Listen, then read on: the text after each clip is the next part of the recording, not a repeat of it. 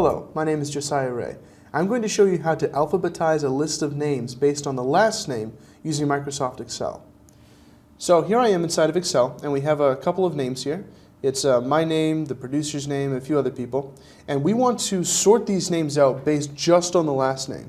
And this is also useful if you've got, say, a list of employees and you've got their first name, their last name, employee number, when they clocked out last, all kinds of different stuff, and you want to be able to sort all of this based on just their last name. So the steps that I show you are pretty much transfer right over. So we're going to select all of the cells in use, so the first names and the last names. You can also select both columns. And we're going to come over here to the Sort and Filter button underneath the Home tab and click on Custom Sort. And we want to select the column that has the last names in it. So in this case it would be column D. And we're just going to order them A to Z and say OK. And you can see it's automatically resorted both columns based on just the last name column, and everybody's first name is still with their last name, so it didn't kind of mix everything up.